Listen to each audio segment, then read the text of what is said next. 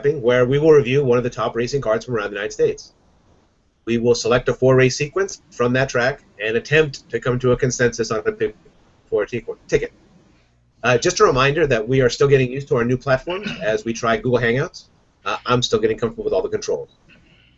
Thank you for joining us tonight as we review the big card from the Hollywood Casino at Charlestown Racetrack in West Virginia.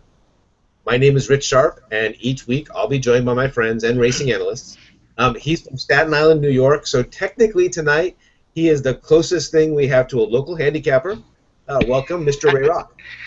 How you doing, guys? Good evening. Welcome to be here. Oh man, it was a rough week for me, so I can't even tell you how much I was looking forward to talking to you guys tonight. You guys are like you're definitely the cherry on top of a pretty bad Sunday. I know, we heard. All right, thanks, buddy. From Temecula, California, let's be honest, I talked him into handicapping this track by mentioning the big on-track casino. So welcome, Mr. Joe. Yeah, I know it's not quite Vegas, but it'll have to do. How you doing, guys? Pretty good, Joe. It was nice to see you yesterday. Thanks for Yeah. Joe took me out to lunch yesterday, so that was nice to have a friend. No problem at all. That's what we're for. As I said earlier, my name is Rich Sharp, and since we're handicapping a bit of a bull ring tonight, I wanted to pass along my congratulations to jockey Martin Pedroza for his achievement this past week. Martin Pedroza set the career mark for victories here at Los Alamitos Racetrack in Orange County, California, and that eclipsed the mark that was set and held for a long time by jockey Frank Oliveras.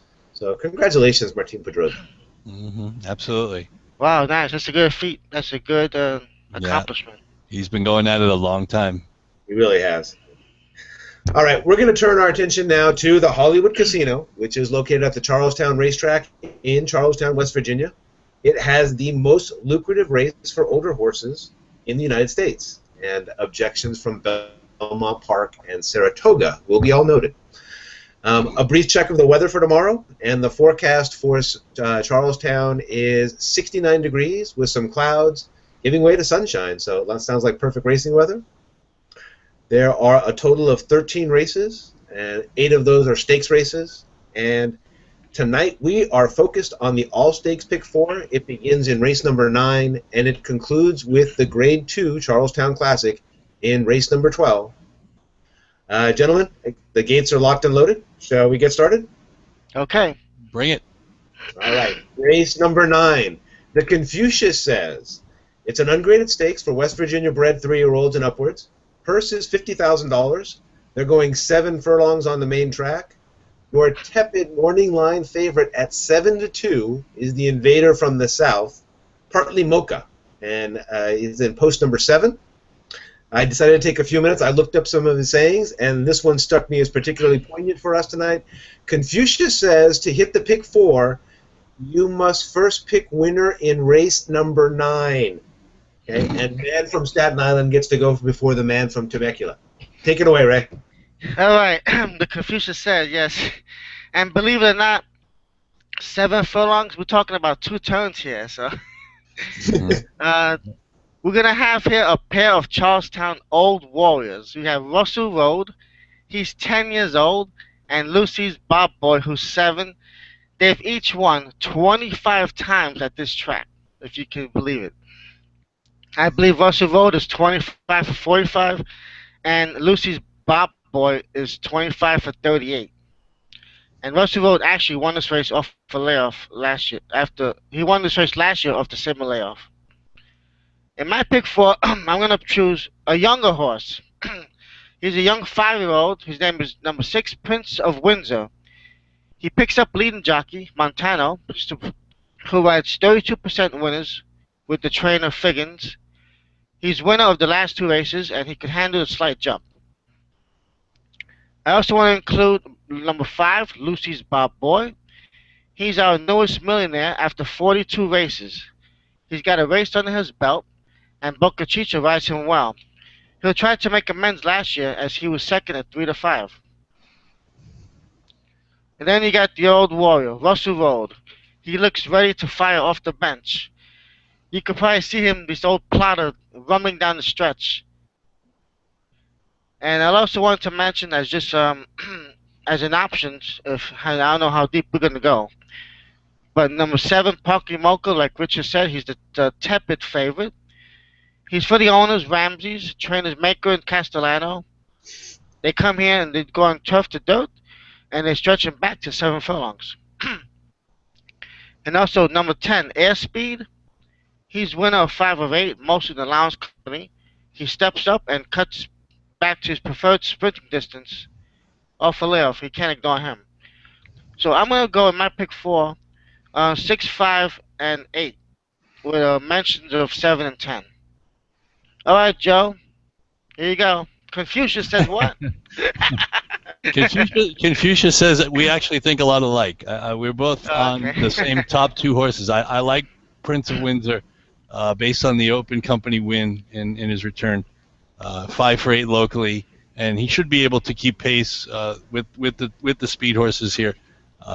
Generally, just looking at the track profile, it doesn't seem as if a lot of horses can come from way back, going 7 furlongs and going 2 turns.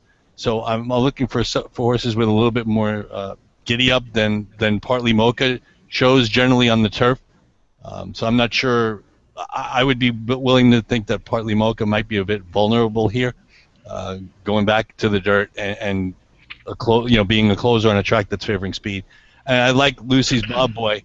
Also, he needed his last against the Open Company, and he's got speed, and he's got a relatively good post. He could be able to get and clear to the lead early because there really isn't a lot of speed inside of him. And Ray mentioned that the horse is 25 for 38 at Charlestown. The only thing I'm concerned about is the trainer, and I'm going to use this. This is going to sound really corny, but Sandra don't know how to get to the winner's circle. Apparently, 1 for 40 at this meet. So sometimes you get barns that are snake bit like that. So that's kind of why I would think I went with Prince of Windsor on top. Lucy's Bob Boy would be my B pick. I just wanted one more trivia question. I'm going to put a trivia thing out there, and I want Ray to figure this out. There's one horse in this race that has something that the other horses don't have. I want you to figure it out while I hand it off to Rich, and then I'll give you the trivia answer when Rich is done. All right. Well, I'm only going to start off here by mentioning Lucy's Bob Boy, who I consider kind of to be my little personal concierge here at Charlestown Classic. This is my 4th year in a row of handicapping at Charlestown, and I've only handicapped 1 day a year at Charlestown. I always on the day of the Classic. And Lucy's Bob Boy has been there every single year. Hello. Hello. Oh. Uh-oh. Did Rich get cut off? Okay, technical difficulties, folks. I'm not sure exactly what happened. Please stand by. Yeah, exactly. I can see Rich's form, but I can't hear him. I know he was having issues with his speaker. So I'm not sure exactly what's going to happen here. We may have to restart this, or I'm not sure. This is only our 2nd week with Google Hangouts. The video call ended because of an error. Is that? Did you get a message, or is that? Yeah, I got a message. Yeah. Oh, really? Okay. Because it says we're live, and I hear you, Ray, and I just don't hear or see Rich at all. I'm not sure what's happened, and we may have to start this over again. I hope not. If we do, we do. But I know Rich just wanted to look up the trivia. He just wants to answer that one question. There we go. Do you hear him or see him coming back? I see you now. Oh, okay. I see you. Okay. Yeah, I can still see myself. I can't really see you. I hear you, but I'm not sure what. It even says he left the group chat, so I'm guessing he's having some issues. Oh man, I had the trivia question already. Okay, folks, I'm not sure what we're gonna do from here. Rich is usually our presenter, and he's been the one who's been doing most of the technical behind the scenes work. And I don't even hear Ray anymore. Ray, are you still there? Hello. Okay.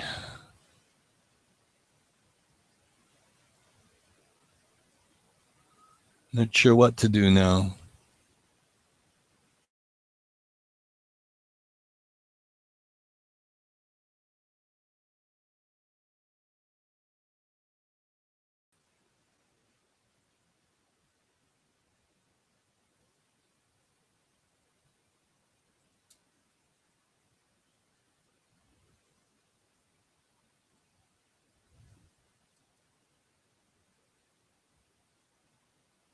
This doesn't look good. I don't like it.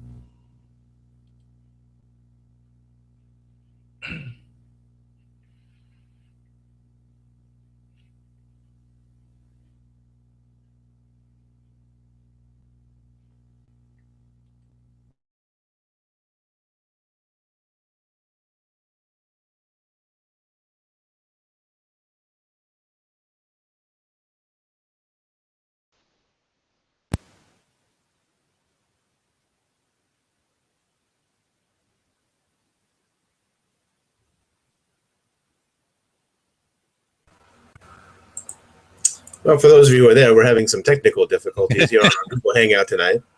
I've got Joe back on, and I will see if I can get Ray back here in just 1 second.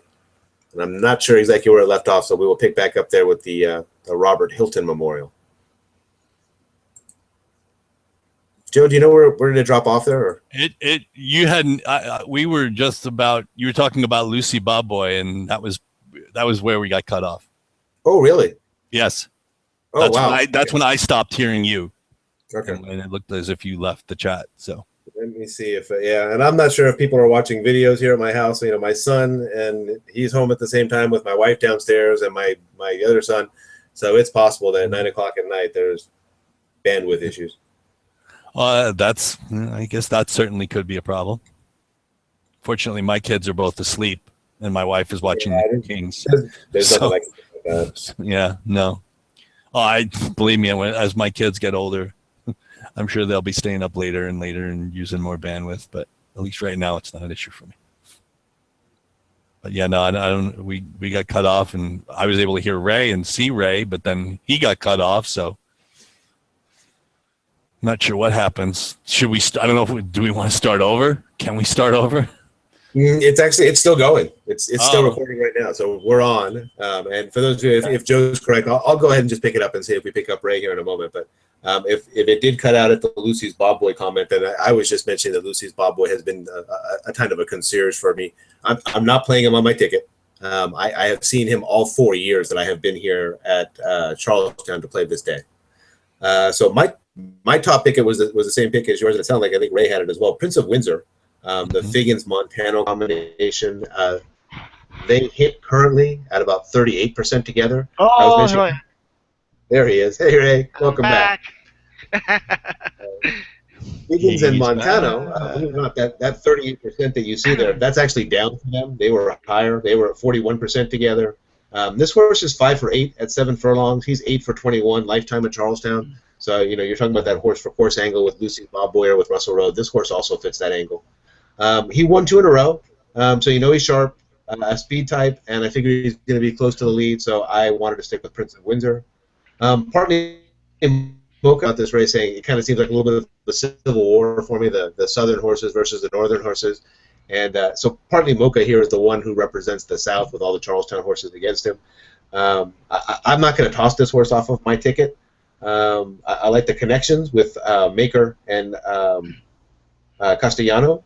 They hit 21% together, and they hit 21% together at little tracks like Gulfstream and Fairgrounds and Churchill Downs. So I love that. But it does have the horse does have a few knocks: shipping, turf to dirt, stretching out, and they're at a bull ring. So all of those kind of weigh against me. Just singling on Partly Mocha. I like the 6. I like the 7.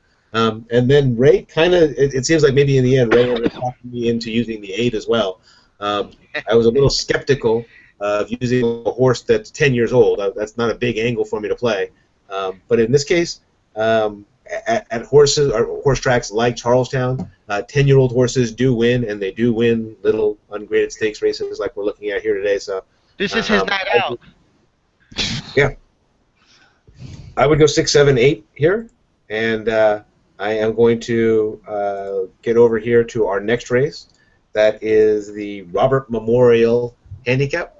It's an ungraded stakes for 3-year-olds. The purse is $100,000, and they're going 7 furlongs on the main track. There's 7 starters, and your morning line favorite is in post number 5. That's Dig Deep. So we're going to go off to Temecula. So, Joe, I do believe this is your room at the Hilton. Great. Thanks so much, Rich. Unfortunately, this is the one race out of the sequence that I couldn't really go very much deeper than the 2 favorites. I kind of like Quixote a little bit more than I like Dig Deep. He's coming out of highly rated races, and he should be able to stay close regardless of what kind of pace they set. This is his first time going 2 turns. Yes, it's only 7 furlongs, but Ray mentioned that it's 2 turns at Charlestown. And the one jockey angle that I was concerned about, and I know Rich usually plays this, but Jose Ortiz used to ride Dig Deep when he was in Florida, and now he shows up on Quixote. And I'm kind of wondering if there was a reason for that. Maybe there's something that happened in the middle, or maybe he just thought Quixote was the better horse. I'm not 100% sure. But like I said, it's a hair between Quixote and Dig Deep. Dig Deep's obviously talented. He was beaten by Majesto in a 2-turn race back in Gulfstream in a maiden race, and Castellano gets up, and he's got enough speed that he can stay in touch with this field. So basically, I really couldn't go deeper than that. So I would go Quixote with the 3 over 5 Dig Deep, but I would use both on my pick 4 tickets. And I will send this over to Ray. Ray, what is your opinion of the Hilton? Well, we got 6 out of 7 here horses shipping in for the race. But for me, it's a 2-horse race. Same 2 you have. Actually, we're in the same agreement here. I like number 3, Quixote, on a little more. He's a winner of 2 of 3. He was a good second to a promising New York bred in Awesome Gent, who actually finished 4th on the money track in the Bayshore on Wood Memorial Day. Probably didn't like the track, but he does have, the horse does have promise. He does pick up Jose Ortiz, one of the good jockeys of New York. Yeah, Dig Deep. There's gonna be he's gonna have a say in this race also. He broke his maiden from post 11 at a mile in Gulfstream, won by 4. He cuts back from the two routes he had, but he still gets the 2 turns here, so he might be able to relax off the pace, and he should be able to roll ahead of the lane. So I would also use both those horses, 3 and the 5, on my pick 4 ticket. No really else in this race interests me, so I will just stick with those 2. All right, Rich from Marietta. Yeah, the Man from La Mancha was always one of my favorite plays. I'm not going to waste anybody's time here. I can't add anything that Ray and Joe didn't already add. They are on the exact same 2 horses in the exact same order that I am. So let's see. Ray brought up Awesome Gent. No one was going to beat that horse that day, so everybody was going to finish second behind him. And Quixote is 2 for 2 at Fairgrounds, other than that, which has tight turns, just like they have here at Charlestown. And Dig Deep, I like the candy rides. So, like I said, I don't need to lament too deeply. Joe and Ray have absolutely covered this one perfectly for what I wanted to say. Great. No. So now, who has my trivia answer? Come on, guys. One of you had to figure it out. Actually, no, it doesn't matter. The airspeed in the 9th is the only one who still has his testicles. He is a complete horse. Every other horse in that race is a gelding. Wow. There you go. Anybody who's watching this, and like I actually knew it was going to be something like that. I just don't like to talk about those things. Not for horses, not for humans, not for animals, nothing. Do we have any white horses in this race? I'm just here to tell it like it is. I didn't realize whether we were PG-13 or NC-17 or what the rating was for this show. I was looking for a white horse. We are on to race number 11. For anybody who was paying attention, 3-5, and I think actually in that order probably as well.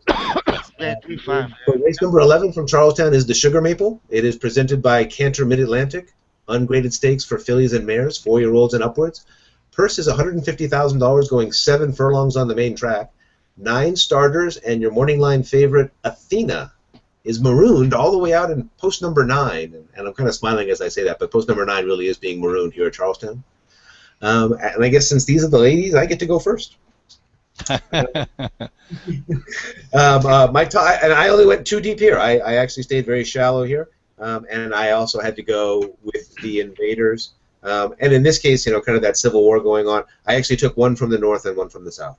So I've got number 7, Major Havoc, is my top pick. I actually like Michelle Nevin. I've hit with her before up there when I have played in my man Ray's backyard. So Nevin and Castellano, they actually hit 32% together. It's early speed, took a little break, and then came back with a solid placing, and then a blowout win, that last one at Aqueduct. So Nevin hit the solid 23% with shippers. This is the best dirt speed. This is the best last race speed. This is the best race connections, and early speed type. This all adds up to my A pick. And if I had to use a B pick here, I probably would stick with a single here. I really like this horse. But if I was going to use 2, then I would go outside to, the maroon post of number 9. Athena won 3 in a row, going back to the end of last year. So going into December, and this place here at Charlestown, they're closed during that part of the year. So, but this course has been on the shelf since then. I think it's Pitts, Helen Pitts, solid 19%, 90 days away. So don't worry about the layoff. A less solid, but still 13% with shippers. More of a stalker, but the 3 in a row, that merits respect. And again, the 3 in a row, 2 of those were at Churchill Downs, and then 1 at Laurel. So just keep the respect there.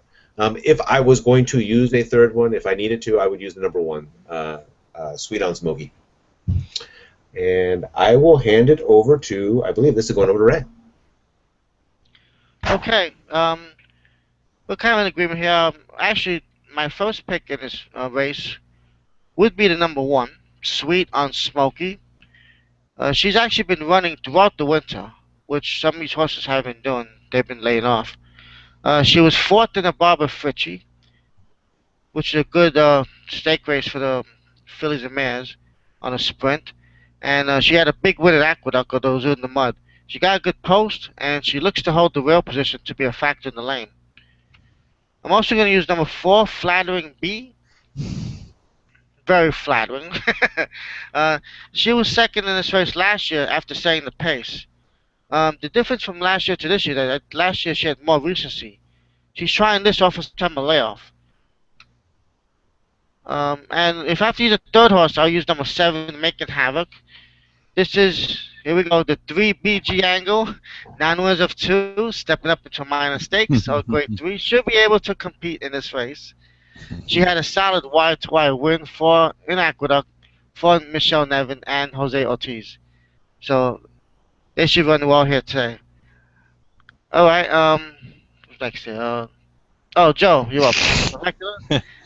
Joe with the sugar maple. Thanks, Ray. I actually can't believe I missed the 3 broke guys angle. I'm the one who's been championing it for the last month now, and now all of a sudden I missed it. But honestly, I'm not sure what's going on, Ray. There's something in the water. Me and you are on the same 2 horses again. So that's 3 races in a row now. Baby. Charlestown, you got these tracks here. Dude, I haven't tried. Late at night, we watch these. To be honest, I've never handicapped Charlestown in my life.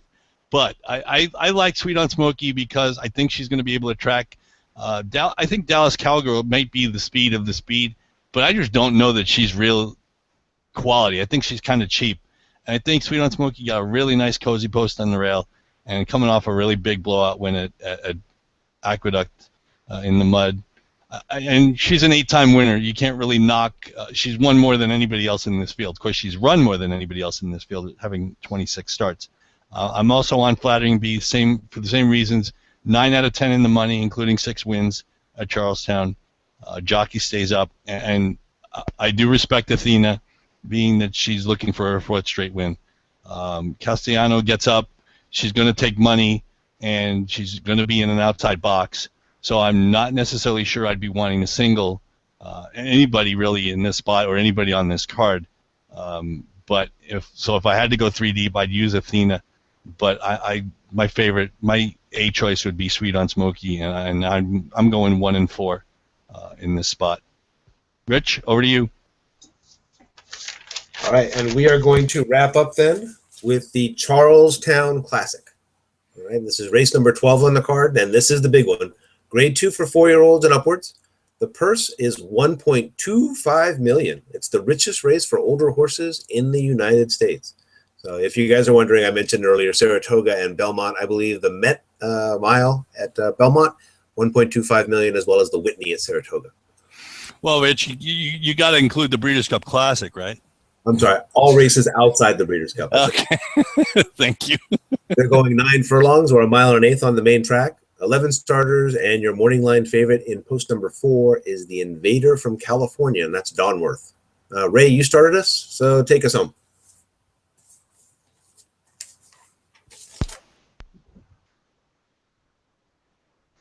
Hello, Ray. Did it happen again? Not sure. I see his picture, but I don't hear him. I can hear you, Joe. You want to go ahead and step in for Ray for a moment? Go ahead and take it on. Yeah, that'll be fine. Rich, you sent me a text earlier about this race, and I don't disagree with you. But I'm not, since we've already figured out that this show is PG-13, I'm not going to repeat what you said. Yeah, don't repeat my text. But let's put it that way. It's not this race is not easy. It runs with my name. Basically, you could say that. Honestly, I think the closers are going to do well here. For some reason, I think there's a lot of speed here. I think Stanford is going to be up close. Donworth will definitely be up close based on that last trip that he got in the big cap. Oh, there he is. Well, I was just actually going to take it if you wanted me to, and I guess I'll just keep going.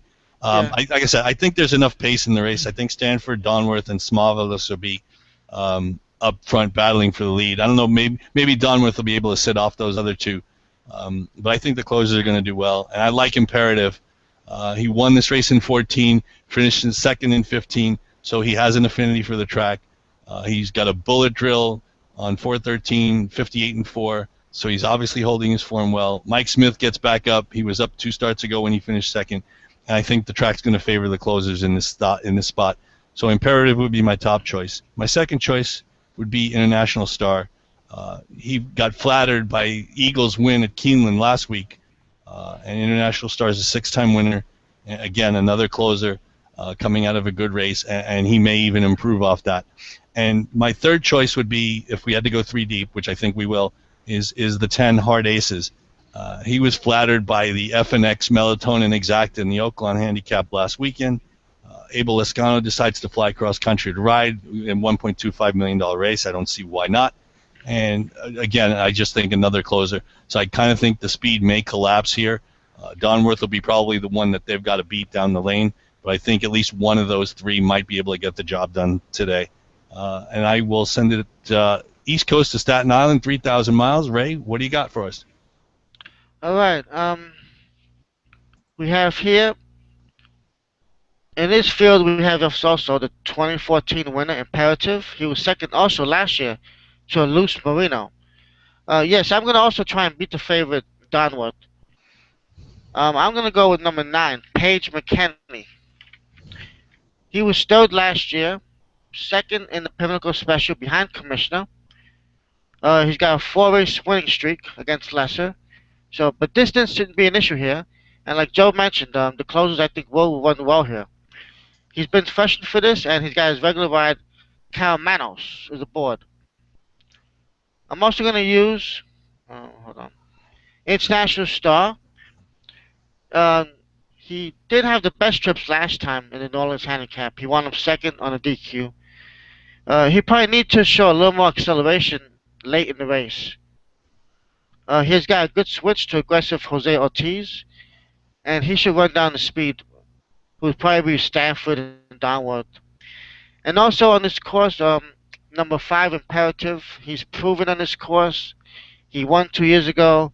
He was second last year. He got the big race rider, Mike Smith. He's the horse to beat with a good early pace. And I think we should use those 3 in our pick 4. All right, Rich. The big one, Charlestown Classic. What are your opinions? my ticket looked a little bit like my Keno ticket looked a couple of weeks back in Vegas for the Charlestown Classic. I was all over this. I handicapped this race 3 or 4 times. I've got a lot more time on my hands these days.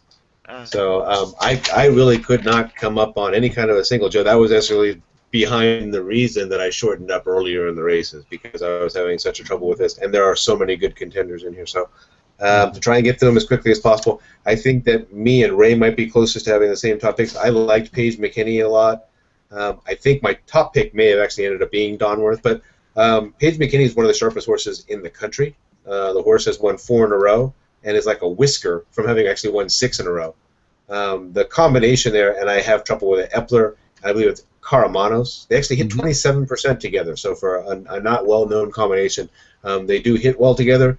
Do not worry about the shipping percentage. Paige McKinney can ship anywhere in the country and will absolutely fire. So stalker, and should get plenty of pace to run at. So I heard Joe talk about it. I don't often handicap for pace meltdowns, but I do like to see stalkers who are there, and I think Paige McKinney might be the one that will get first run on them all. I also had Smovelus, the original, or one of the original 3 Broke Eye Angles horses. So this horse won at Fairgrounds and won a G-True there at the Fairgrounds. Did get flattered by Eagle coming back to a win right off of that. It was a huge speed figure in the process. Had the cleanest trip of everybody that was in there. So, but again, Eagle flattered. This is a speed type for Mike Maker and Castellanos. They hit 33% together. Again, this has got some early speed, and again, could be the one that benefits from that speed meltdown in front of him if he can stay off that pace. Donworth has got some serious speed chipping in from the West Coast, and if you note the form, this guy actually has a lot of East Coast racing experience. So you can toss that performance the last time. Mario Gutierrez drove him right into a dead end on the far turn there at Santa Anita, and I've seen it done before and things like that. That horse had absolutely no chance once that race got there. So toss it. The connection, Doug O'Neill, Mario Gutierrez, it's going to make me smile. I had to wait 4 horses to find the California connection, so here they are. O'Neill and Gutierrez, I see the mistake. They've got another horse out there somewhere. Is it Nyquist?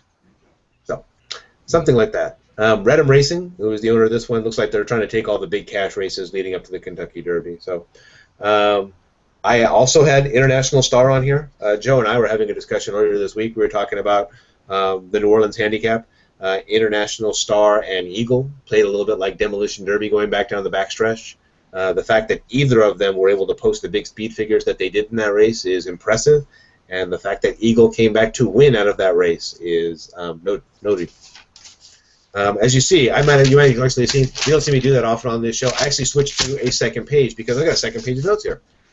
Imperative turns out to be the horse for course here.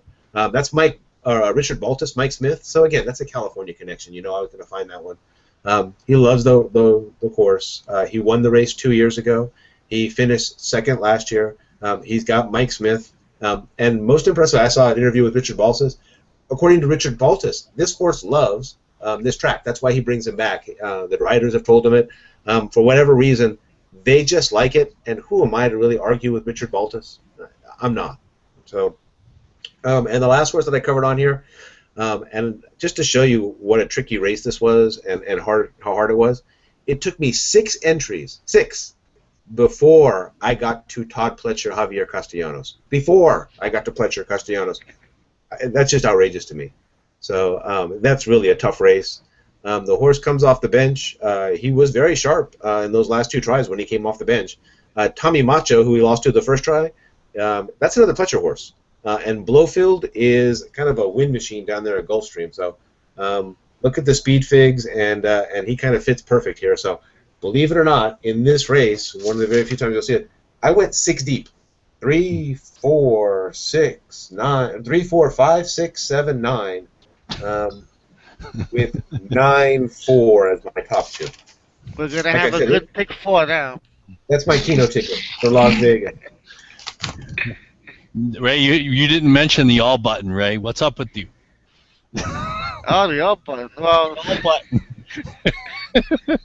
Maybe because of Sonny Inspired? Who knows, man? I mean, no, it's obviously the race. Is 7 for 12. I mean, the race is not easy. It's a difficult race, And kudos for Charlestown for getting this kind of quality field. The only thing missing really are FNX and melatonin, and unfortunately they ran last week, so they weren't going to be able to go today on 7 days rest. But if they could, goodness gracious, that would have been amazing. Yeah, some trainers would do it. But Barry Abrams is not the trainer of one of them, and Ray and I have been brought up on Oscar Barrera and senior, not junior. Senior, yes. Yeah. And when in the early '80s, he was infamous for it. He would run a horse 3 times in a week if he could. And the gas man, Michelle, too. Oh yeah. Him too. Yep. Oh yeah.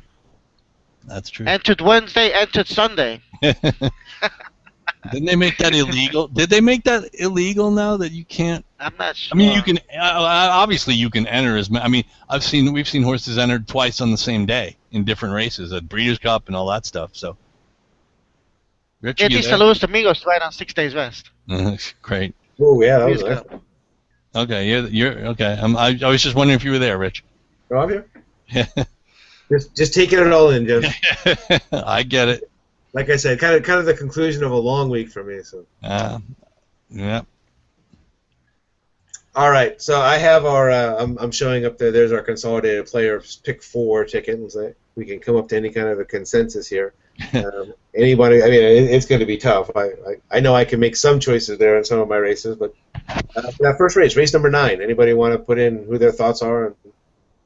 Well, actually, why don't we fill in race 8? Fill in race 10 first, Rich, because I think we were both on the 3 and the 5, and it was pretty much a consensus across the board. Yeah, race 10. Yeah. Race 10, we were pretty sure that we were going too deep.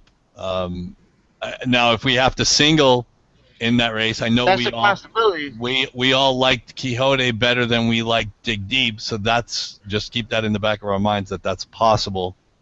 In case we go deep, if we need to pare down in a race, we can go to Quixote.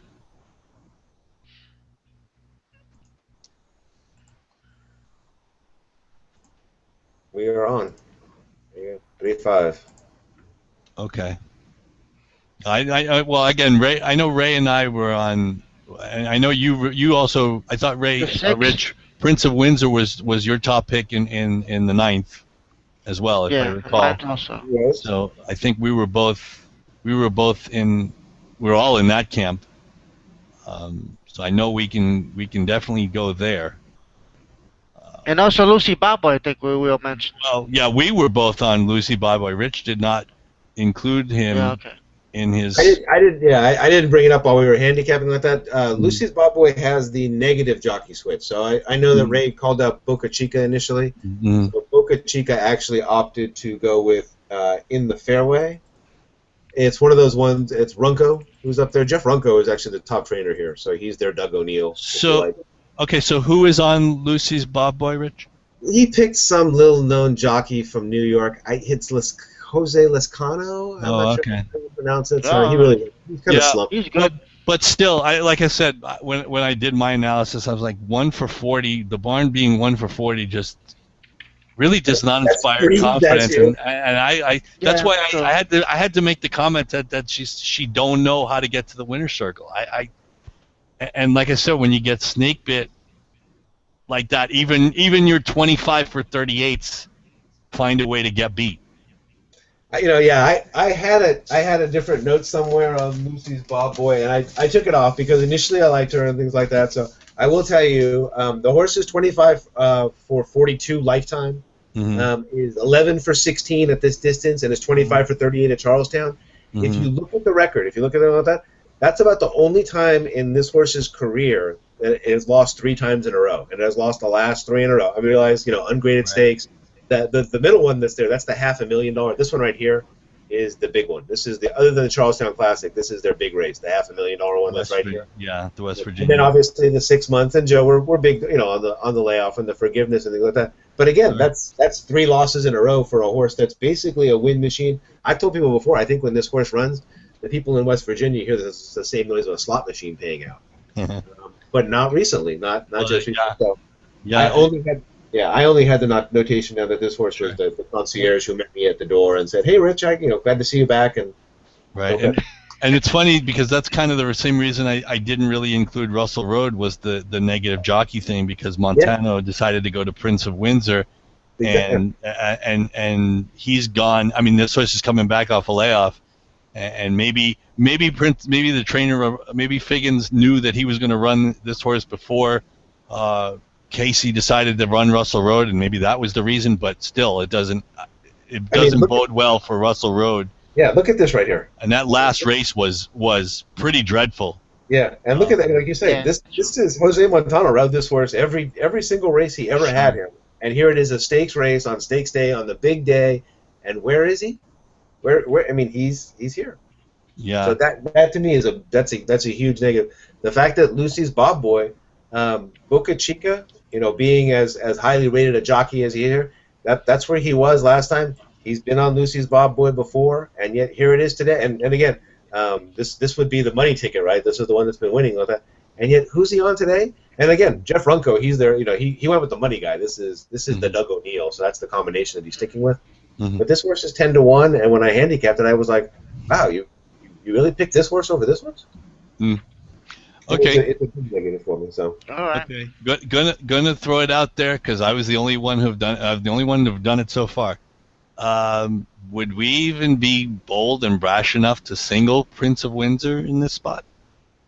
I would not, just because of this horse. The invader from the south in this race, even though he had some negatives against him, Michael, I would hate to be knocked out in the first race and be explaining to someone later on, and they'll say, so who was the jockey trainer combination that knocked you out? And you know me, I'm going to end up mumbling. Well, I'm not going to yell out that it was Baker. I don't know that I got beat by Bob Baffert. Right. I understand. The only reason I know that it could be, and I don't disagree with you necessarily. I'm just realizing how deep we may have to go in the Classic to get some kind of consensus. But I don't have a problem with I saw the same knocks that you saw with Partly Mocha and the close. I'm not sure. I looked at the track profile, given that I'd never really handicapped this track.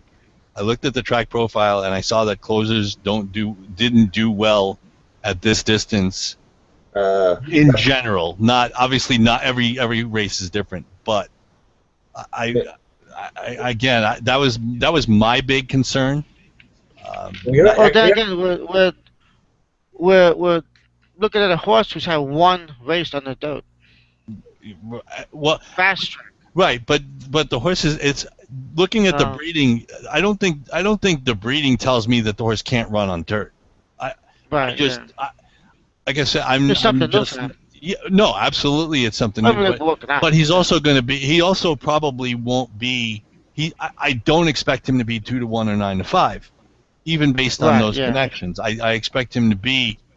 I around that morning line, maybe a little shorter than that. I'm thinking maybe 5 to 2, 3-1, something in that area.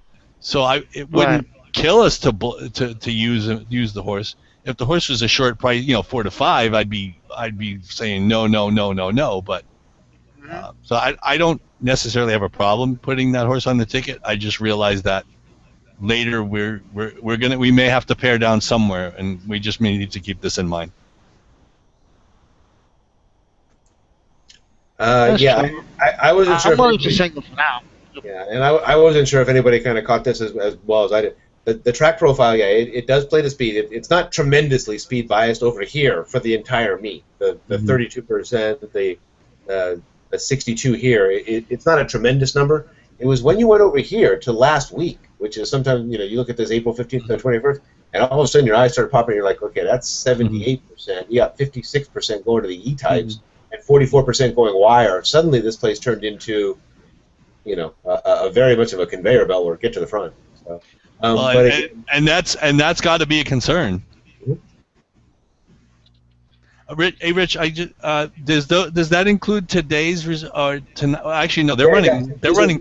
These were updated as of today. I went, as I said, I've got a little bit more time on or as of yesterday, these were the Okay, because I was going to say they run at night, so I mean I'm sure they're probably done for now. No, I can show you a separate form. I handicapped a completely separate set of forms, and then this morning. Right, yeah, I did it as well. I got the forms without the numbers.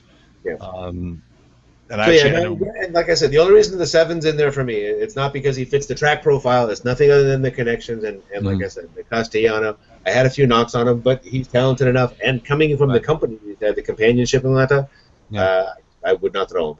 Oh yeah, I mean, if you look at the last race, you remember? I think we all know who Leighton Revenge is. Do you remember that? Remember who that is?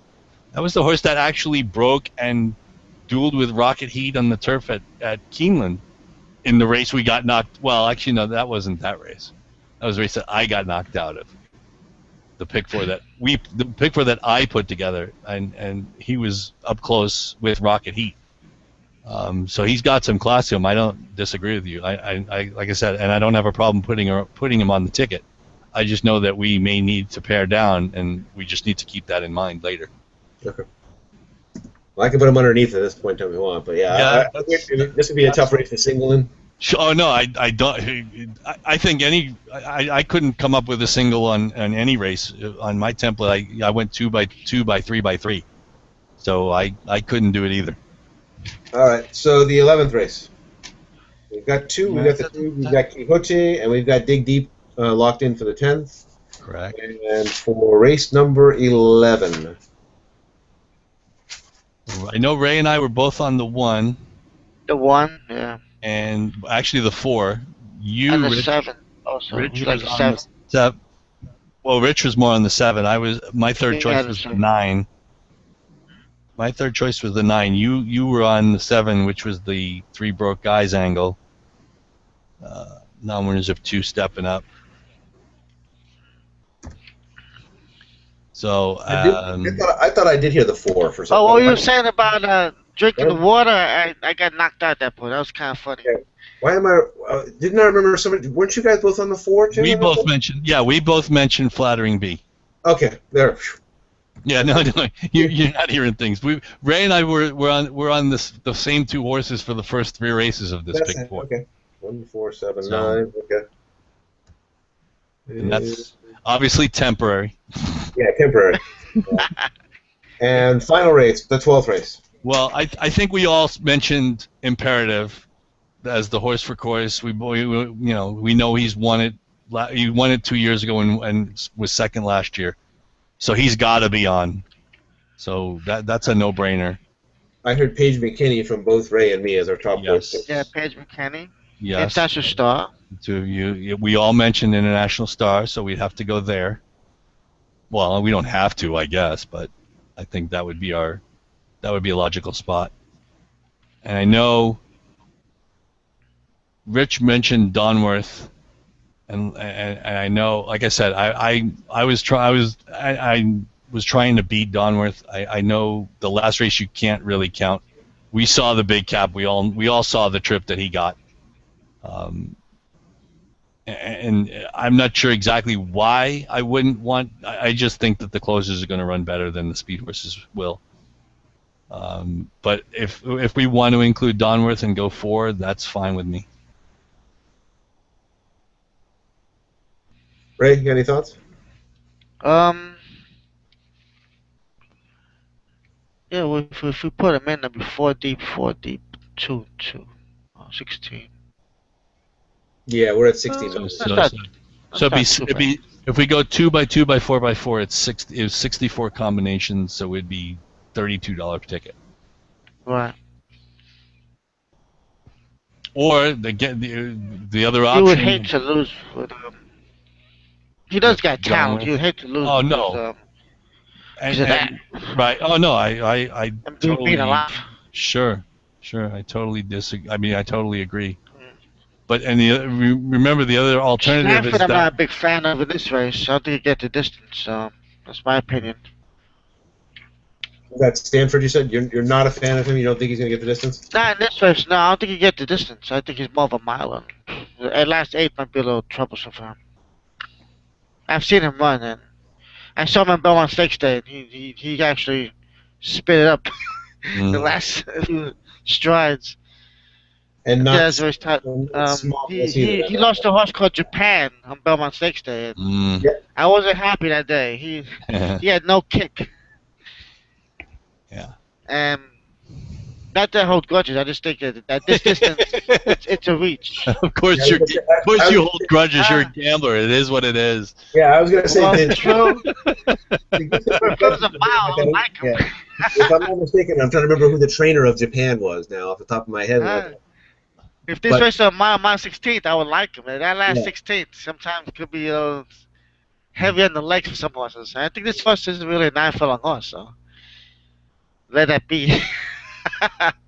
So if we get 2x2 x 4x4, it's 32. Is everybody okay with that? That works, yeah. For this card, we have to go, stretch it out. You want to try and get by Don? I mean, Joe, were you trying to think that we could get by? I mean, go 4-3? No. I wasn't. I was actually thinking more of having more coverage in race 9 and single Quixote in race 10. I would definitely would have included Donworth, but my thought would be take a stand in race 10, take Quixote, and add more in race 9 so that we get to race 10. Because if we don't get to race 10, it makes no difference which either of them won. It makes no difference. It wouldn't matter. Right. I'm just thinking. I'm thinking. As strong as I felt about that, I'm not sure if I'm willing to toss that horse Dig Deep. I mean, those are big fields that he's facing down at Gulfstream. Right. Well, the other thing I'll throw out there is that he's running against winners for the first time now, whereas Quixote's run against winners, and he lost to a good one in Awesome Jen, as Ray mentioned. Mm-hmm. So I'm not saying Dig Deep can't win. I'm just throwing it out there. Would we rather stay 2x2 x 4x4, or give ourselves more coverage in race 9 to get through that race? I mean, if we're confident enough, I didn't hear any stuttering around Prince of Windsor. I'll be honest with you. I'm not confident on any of my ticket. Still a mess at the end when I finished like that. I singled in a different race to try and get it down, and I went 6 deep in the finale and things like that. So, I mean, this was a very difficult card to come up with a pick 4 ticket for, and I'm not even sure for our broke guys ticket, if we can come up to a consensus on ticket, if we can even do anything that's economical.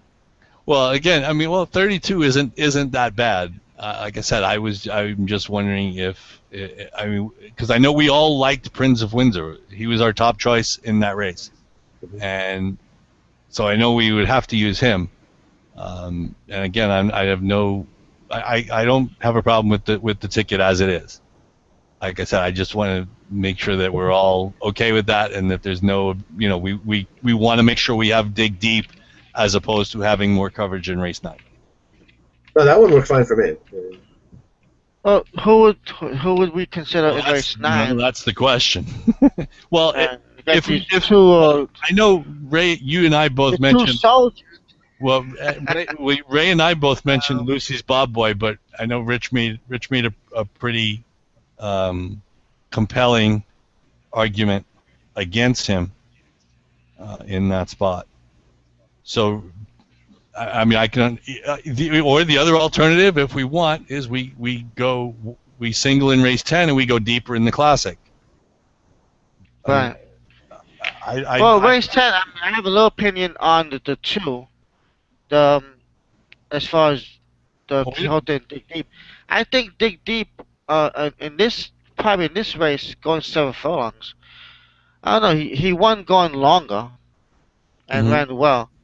Mm-hmm. So Quixote truly to me looks like a sprinter. It looks like 7 furlongs, Mm-hmm. So I don't know. I think Dig Deep might be a little bit behind in this type of race as far as the distance. Does that make sense? Do you mean you think Quixote is going to get better first going run? longer? Okay. Yeah, and I think he'll be better going longer, Dig Deep, as Mhm. far as the pace scenario. Mm-hmm. In a race like this, the pace scenario might be a little better for Quixote, like a sprint pace scenario.